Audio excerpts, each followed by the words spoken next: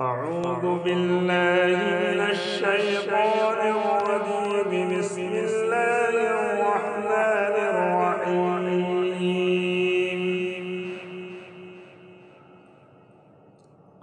قل أوحي إلي أنه استمع نفر من الجن فقالوا إنا سمعنا قرآنا عجبا يهدي إلى الرشد فآمنا به ولن نشرك بربنا أحدا وأنه تعالى جد ربنا ما اتخذ صاحبة ولا ولدا وأنه كان يقول سفيهنا على الله شططا وأنا ظننا أن لن تقول الإنس والجن على الله كذبا وأنه كان رجال من الإنس يعوذون برجال من الجن فزادوهم رهقا وأنهم ظنوا كما ظننتم أن لن يبعث الله أحدا وأنا لمسنا السماء فوجدناها ملئت حرسا شديدا وشهبا وأنا كنا نقعد منها مقاعد للسمع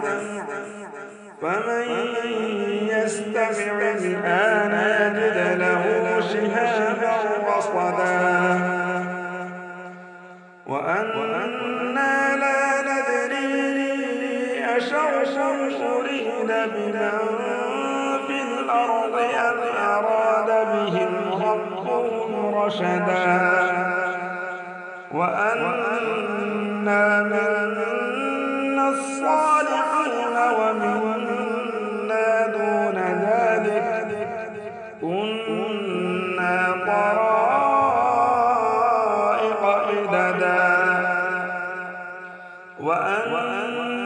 ظننا أن لن نعجز الله في الأرض ولن نعجزه هربا وأنا لما سمعنا الهدى آمنا به فمن يؤمن بربه فلا يخاف بخسا ولا رهقا وأنا منا المسلمون ومنا القاسطون فمن أسلم فأولئك تحققوا رشدا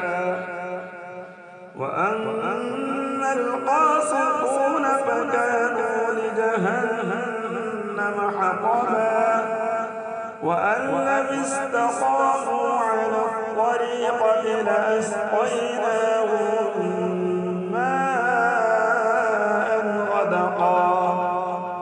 لنفتنهم فيه ومن يعرض عن ذكر ربه يسلكه عذابا صعدا وأن المساجد لله فلا تدعوا مع الله أحدا وأنه لما قام عبد الله يدعوه كانوا يكونون عليه لبدا صدق الله